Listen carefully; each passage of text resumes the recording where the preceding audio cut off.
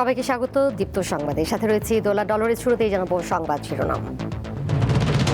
এই যাত্রা নির্বিঘ্ন করতে প্রস্তুত সরকার, বললেন সড়ক পরিবহন মন্ত্রী। গাজীপুরে বিজিবি মোতায়েন। দেশের বিভিন্ন কোরবানির পশুর হাটে বাড়ছে ক্রেতার সমাগম, ন্যায্য মূল্য পাওয়া নিয়ে শঙ্কা খামারিদের। কুড়িগ্রাম ও লালমনিরহাটে সুবিধাবঞ্চিত 6 শতাধিক শিশুকে শেখানো হচ্ছে লোকগান ও বাদ্যযন্ত্র।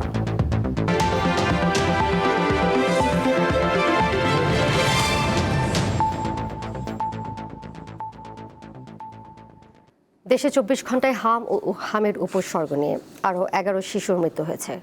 এর মধ্যে হাম উপসর্গে 9 ও নিশ্চিত হামে 2 জনের মৃত্যু হয়েছে। শুক্রবার স্বাস্থ্য অধিদপ্তরের প্রতিবেদনে তথ্য জানানো হয়। একই সঙ্গে গত 24 ঘন্টায় হাম রোগীর সংখ্যা 1261 জন। এদিকে গত 15 মার্চ থেকে এখন পর্যন্ত হামের উপসর্গ দেখা দেওয়া রোগীর সংখ্যা 60,540, আর এ সময় 8,329 শিশুর শরীরে হাম শনাক্ত হয়েছে। হাম ও হামের উপসর্গে মোট মৃত্যু হয়েছে 488 জনের।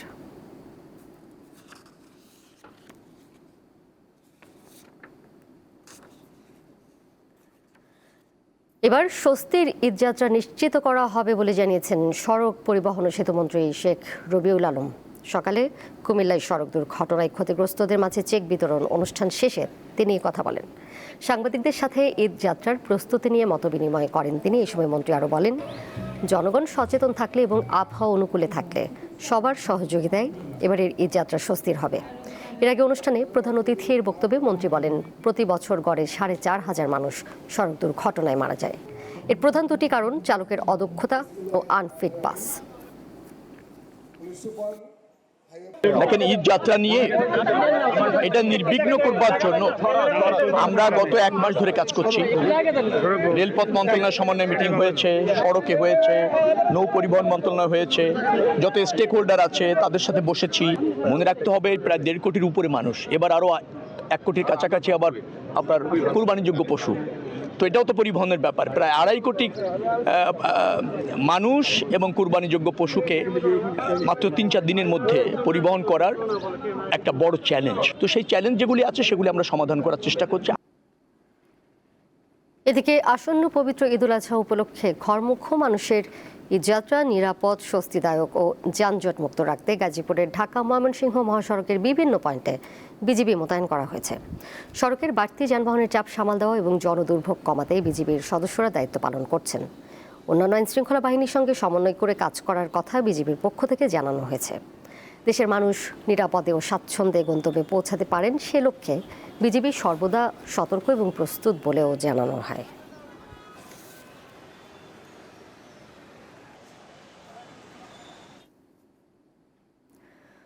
কোরবানির ঈদকে ঘিরে ক্রেতার সমাগম বাড়ছে গাইবান্ধা, নীলফামারী, নওগাঁ ও শেরপুরের পশুর হাটে। শেষ মুহূর্তে পশু পরিচর্যায় ব্যস্ত সময় পার করছেন খামারিরা। নানা কারণে আশঙ্কা থাকলেও পশুর ন্যায্য মূল্য পাওয়ার আশা তাদের। এভাবে ব্যস্ত সময় পার করছেন গাইবান্ধার খামারিরা। পরম যত্নে বড় করা গবাদি পশুর শেষ মুহূর্তের পরিচর্যা করছেন তারা।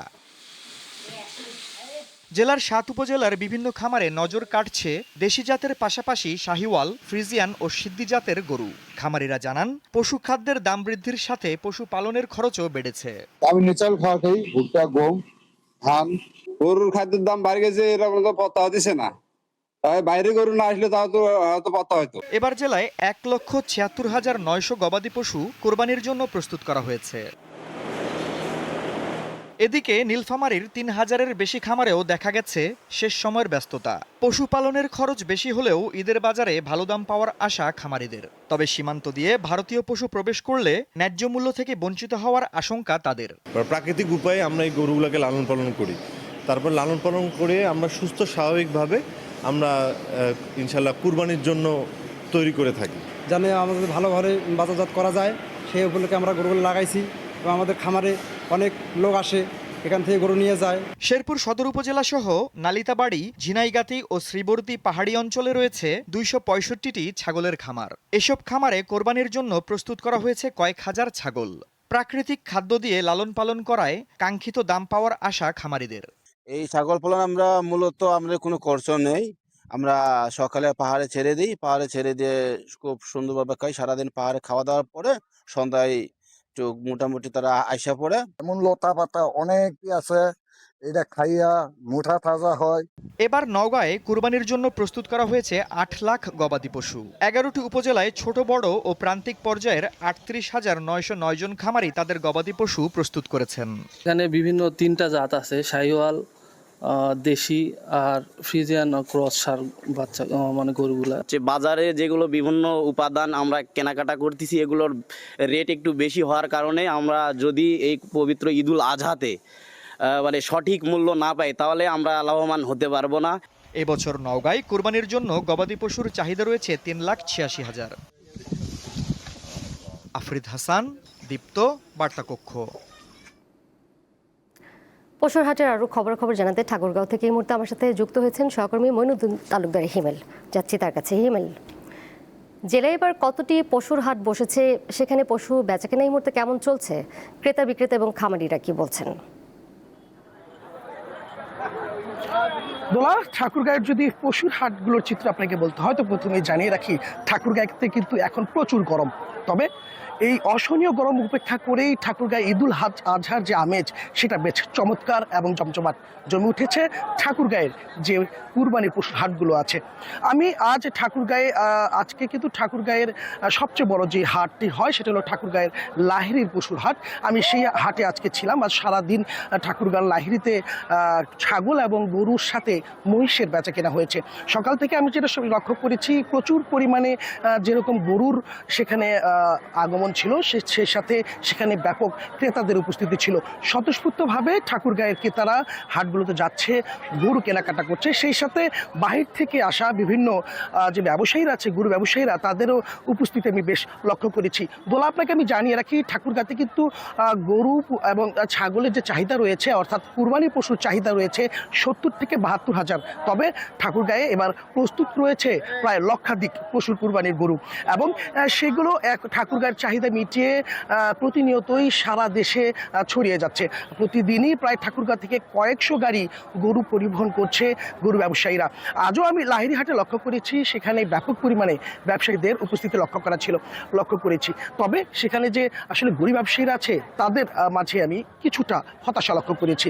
আমি গতবারের সাথে যদি তুলনা করতে যাই, ব্যবসায়ীদের সাথে ক্রেতাদের সাথে আমি কথা বলে জানতে পেরেছি গতবারের তুলনায় কিন্তু হাটগুলোতে এবার গরুর দাম অনেক কি কম। সে সাথে ছাগলের দামও এই বছর গতবারের তুলনায় অনেকটা কম।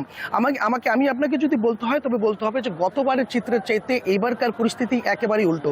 গতবার যেখানে গরু ব্যবসায়ীরা বেশ খুশি ছিল, সন্তুষ্ট ছিল এবং গরুর দাম নিয়ে তারা বেশ উচ্ছ্বাসিত ছিল, সেখানে একই সময়ে সেখানকার যে ক্রেতা সমাগম ছিল সে ক্রেতারা গত বছর কিন্তু অতিরিক্ত গরুর দামের একটু অভিযোগ করে আসছিলেন। তবে এবার আমি হাটগুলোতে ঘুরেছি এবং সেখানে ক্রেতাদের সাথে কথা বলে জানতে পেরেছি অধিকাংশ ক্রেতারাই গরুর দাম নিয়ে বেশ খুশি, সন্তুষ্ট। তবে অপরদিকে গরু ব্যবসায়ীরা বেশ হতাশা প্রকাশ করছে।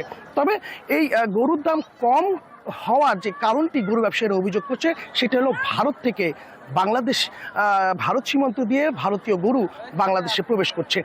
তাদের এই অভিযোগ প্রায় প্রতিটি ব্যবসায়ীর। তারা অভিযোগ করছে যে গভীর রাতে ভারত থেকে কাঁটার তারের বেড়া কেটে সেদিক থেকে গরু নিয়ে আসে একটি চক্র এবং সে থেকে আমি এটাও লক্ষ্য করেছি আসলে নিয়মিতভাবেই প্রতিদিন বিকেলবেলা থেকে মাঝরাত পর্যন্ত ঠাকুরগাঁও থেকে ঢাকা সহ বিভিন্ন জায়গায় এই ভারতীয় যে গরুগুলো আছে ট্রাক বোঝাই করে কিন্তু এগুলো যাচ্ছে।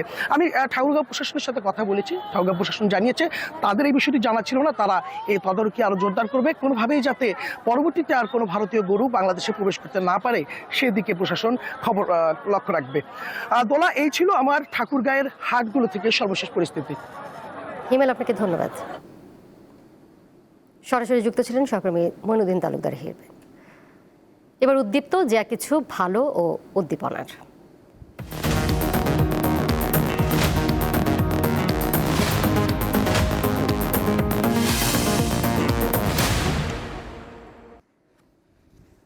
কুড়িগ্রামের রাজারহাট উপজেলার একটি প্রত্যন্ত গ্রামে সুবিধাবঞ্চিত শিশুদের দেশীয় লোকগান ও বাদ্যযন্ত্র শেখাচ্ছে মায়ের তরী নামের একটি সংগঠন।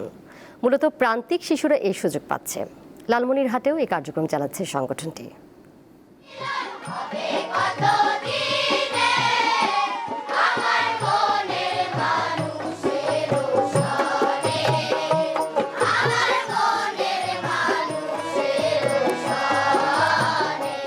কুড়িগ্রাম শহর থেকে প্রায় 15 কিলোমিটার দূরে রাজারহাট উপজেলার নিভৃত গ্রাম সিংহিমারি।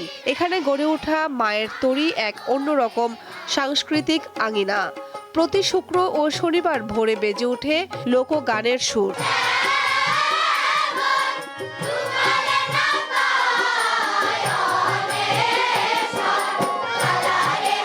শিশুরা গান শেখার পাশাপাশি মানবতার ভাষা আর সুরের ভেতর দিয়ে জীবনের গভীরতা বোঝার সুযোগ পায়।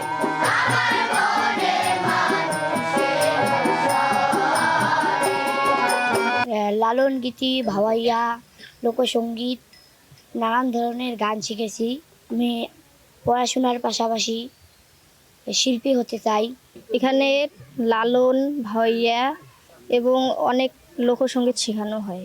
দোতারা, বেহালা, সারিন্দা, তবলা, হারমোনিয়াম, বাঁশি আরও বিভিন্ন যন্ত্র। মায়ের তরী সংগঠনের মাধ্যমে কুড়িগ্রামে ও লালমনিরহাটে 6 শতাধিক শিক্ষার্থী লোকগান ও বাদ্যযন্ত্র শিখছে। এর সঙ্গে আমাদের ভবিষ্যৎ পরিকল্পনা, শুধু বাচ্চারা এখন সুযোগ পাচ্ছে, বাচ্চারা শিখছে, এর সঙ্গে প্রবীণদেরকে নিয়ে কিছু করার ভাবনা চলছে। সংগঠনটির যাত্রা শুরু হয় 2016 সালে। এই উদ্যোগের পেছনে আছেন নরওয়ের কবি, গবেষক ও আলোকচিত্রী ওয়েরা সেথের। ব্রহ্মপুত্রের চরে বন্যা পরবর্তী জীবনচিত্র ধারণ করতে এসে তিনি মুগ্ধ হন বাংলার লোকসঙ্গীতে। সেই মুগ্ধতা থেকেই সঙ্গীতের মাধ্যমে প্রান্তিক মানুষের জীবনে মানবতার আলো ছড়িয়ে দেওয়ার স্বপ্ন দেখেন তিনি। তাহলে একটা চেষ্টা করতে শুরু করেছিলাম আর এখনো করছি। এই মাটির গান, এই ভাবের গান থাকুক। বাচ্চাদের মনে যদি না থাকে তাহলে কম সময়ের মধ্যে কারো মনে থাকবে না। মায়ের তরী সম্পূর্ণ বিনামূল্যে শিশুদের লালন গীতি ও ভাওয়াইয়া গান সহ নানা ধরনের গান ও বাদ্যযন্ত্র শেখায়। কামরুন নাহার, দীপ্ত, বার্তাকক্ষ। প্রতিবছর ঈদ সামনে রেখে মশলার দাম বৃদ্ধি পেলেও এবার অনেকটা স্বাভাবিক রয়েছে, তবে বেড়েছে পোলাও চালের দাম। আদা ও পেঁয়াজের দামও বাড়তির দিকে, স্বস্তি রয়েছে সবজির দামে। রাজধানীর বাজার ঘুরে এসব চিত্র দেখা গেছে। আর মাত্র কদিন পরই ঈদুল আজহা। এই সুযোগে রাজধানীর বাজারে বেড়েছে বেশ কিছু পণ্যের দাম। পোলাও চাল প্রতি কেজিতে বেড়েছে 40 টাকা পর্যন্ত। বাজারে বেশ কিছুদিন ভোজ্য তেলের সরবরাহ কম থাকলেও দাম বৃদ্ধির পর তা স্বাভাবিক হয়েছে। তেলের কোনো ক্রাইসিস নাই, তেল আসছে কিন্তু 4 টাকা করে বেড়ে গেছে, এটা সরকারি বাড়াইছে, এই আর কি। দাম স্থিতিশীল আছে, আগেটা আছে, গেছে বার থেকে দাম কম মশলার। পোলাও চালের দাম বাড়ছে। প্যাকেট পোলাও চাল আসছিল 160, এখন 190 টাকা। খোলা পোলাও চাল ছিল 120-30 টাকা, এখন 150 টাকা। সাধারণত শুক্রবার ছুটির দিনে বাজারে ভিড় বেশি থাকে, সাথে ঈদের কেনাকাটা যোগ হওয়ায় ক্রেতাদের আনাগোনা আরও বেড়েছে। বাজারে পেঁয়াজ, আদা ও রসুনের সরবরাহ বেশ ভালো, তবে ঈদের অজুহাতে পেঁয়াজ ও আদার দাম বেড়েছে। এতে ক্ষোভ প্রকাশ করেন ক্রেতারা। আগে 30 টাকা নিতাম, মানে 45-50 হয়ে গেছে। পার কেজিতে 10 টাকা 15 টাকা বেড়ে গেছে। তো এইভাবে যদি জিনিসপত্রের দাম বাড়ে তাহলে তো আর আমরা যারা মধ্যবিত্ত আছি, গরিব আছি, আমরা তো চললে ফিরে খাইতে পারবো না। আমরা যারা সাধারণ মানুষ, এদের অবস্থান তো খুবই খারাপ। বাজার যাতে যে অবস্থা, বাজারে যে সমস্যা, এগুলো যদি সরকার যদি দয়া করে নিয়ন্ত্রণের ভিতরে আনতো তাহলে আমাদের সবার জন্য ভালো হতো। পেঁয়াজ, দেশি পেঁয়াজ এই গত সপ্তাহে ছিল 30 টাকা কেজি, এই এক সপ্তাহের ব্যবধানে বাড়তে 15 টাকা বাড়ছে এক সপ্তাহের ভিতরে। এখন পেঁয়াজ বেচতেছে 45 টাকা কেজি, পাল্লা 220 টাকা। এই আদাটা গত এক সপ্তাহ আগে বেচেছি 120 টাকা কেজি, এখন এই আদার বাড়ি 180 টাকা কেজি হয়েছে। কেজিতে প্রায় 60 টাকা মতো বাড়ছে এক সপ্তাহের ভিতরে। সবজির দাম অনেকটা নাগালের মধ্যে রয়েছে। ঈদে সালাদের অন্যতম অনুষঙ্গ শসা ও লেবুর দামও রয়েছে স্বাভাবিক। আমরা গত সপ্তাহে পেঁপে বেচছি 100 টাকা, আজকে পেঁপে 60 টাকা কেজি, বেগুন 60 টাকা, কাঁকরোল 80 টাকা, উস্তা 60 টাকা, টমেটো 80 টাকা। সব কিছুর দাম মোটামুটি কমছে, কেজি 20-30 টাকা। আমরা যারা নিম্ন আয়ের মানুষ তাদেরকে একটু কষ্ট হচ্ছে, এই জন্য এটা সরকারের দৃষ্টি আকর্ষণ করা উচিত আর কি। এদিকে মাছ ও মাংসের দাম অপরিবর্তিত রয়েছে। দিলশা দানি, দীপ্ত সংবাদ, ঢাকা। এবার কিউবা স্টিল চট্টগ্রাম সংবাদ।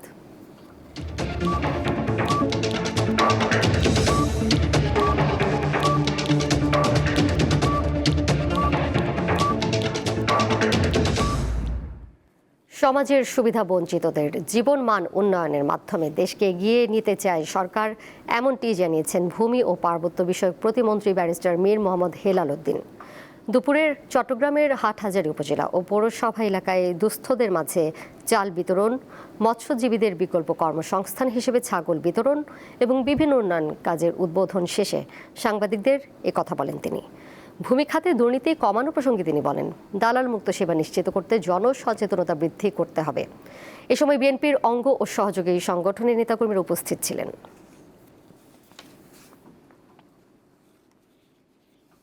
আমাদের স্বপ্ন যেটা, এটা হচ্ছে আমাদের মাননীয় প্রধানমন্ত্রী জনাব তারেক রহমান এমপি মহোদয় যে স্বপ্ন দেখেছেন, দেশের সুবিধাবঞ্চিত মানুষের জীবনমান উন্নয়ন সহ প্রতিটি এলাকার অবকাঠামোগত যতটুকু উন্নয়ন আমাদের সাধ্যের মধ্যে সম্ভব সেটি করা, এবং এটা করার ক্ষেত্রে খেয়াল রাখা যেন শুধু সুবিধা যাদের অলরেডি আছে তারা না, সমাজের সুবিধাবঞ্চিত মানুষের পাশে যেন আমরা এই কাজটা করতে পারি। তো আমি একজন রাজনৈতিক কর্মী হিসেবে, জনগণের সেবক হিসেবে আমি চেষ্টা করে যাচ্ছি যাতে আমি এই হাটহাজারী বায়েজিদ সহ এই এলাকার সুবিধাবঞ্চিত মানুষের জীবনমান উন্নয়ন করতে পারি, তাদের ভাগ্য পরিবর্তন ঘটাতে পারি, কর্মসংস্থানের ব্যবস্থা করতে পারি।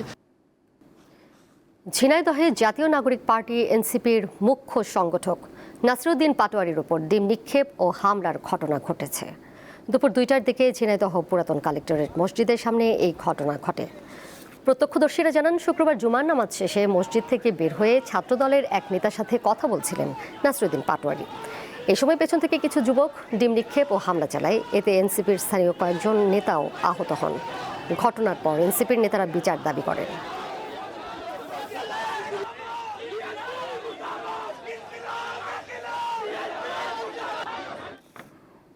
মুক্তিপণের দাবিতে সুন্দরবনের বনদস্যু দয়াল বাহিনী ও বড় জাহাঙ্গীর বাহিনীর কাছে জিম্মি থাকা 21 জন জেলেকে উদ্ধার করেছে কোস্টগার্ড।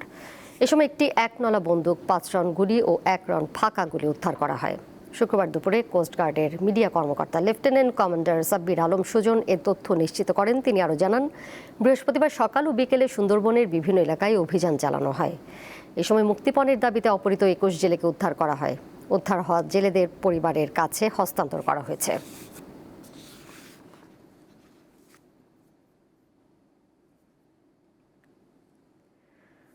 অবসান হলো সব জল্পনা কল্পনার। বাংলাদেশ জাতীয় ফুটবল দলের নতুন প্রধান কোচ হিসেবে দায়িত্ব পেয়েছেন টমাস ডুলি। সকালে বাফুফে সংবাদ বিজ্ঞপ্তিতে এই খবর জানায়। বাংলাদেশ দলের ডাগআউট সামলানোর দায়িত্ব নিয়ে 65 বছর বয়সী এই জার্মান বংশোদ্ভূত কোচ সকালেই ঢাকায় পা রেখেছেন। সবকিছু ঠিকঠাক থাকলে আগামী রবিবার থেকে দলের ক্যাম্পে দেখা যাবে ডুলিকে। জন্মসূত্রে জার্মান হলেও সাবেক ডিফেন্সিভ মিডফিল্ডার টমাস ডুলির খেলোয়াড় জীবন কেটেছে যুক্তরাষ্ট্রের জার্সিতে। বাংলাদেশের দায়িত্ব নেওয়ার আগে গায়ানা জাতীয় দলের দায়িত্বে ছিলেন ডুলি। তার অধীনে বাংলাদেশ দলের প্রথম মিশন শুরু হচ্ছে আগামী 5 জুন। সান মারিনোর বিপক্ষে প্রীতি ম্যাচ খেলতে দেশটিতে উড়াল দেবে বাংলাদেশ দল।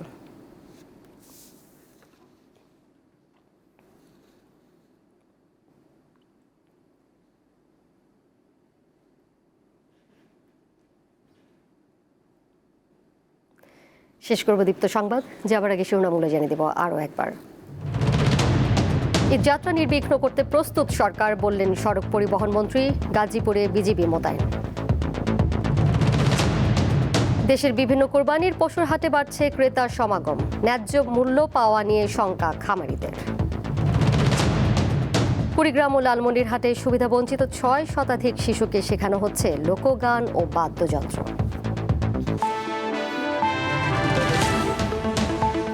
এই ছিল এখনকার মতো। পরের সঙ্গে দেখবেন সন্ধ্যা 6:40। এছাড়াও আরও তথ্য এবং বিনোদনের নানা খবর জানতে যুক্ত থাকুন দীপ্ত ডিজিটাল প্ল্যাটফর্মে। সবাইকে ধন্যবাদ।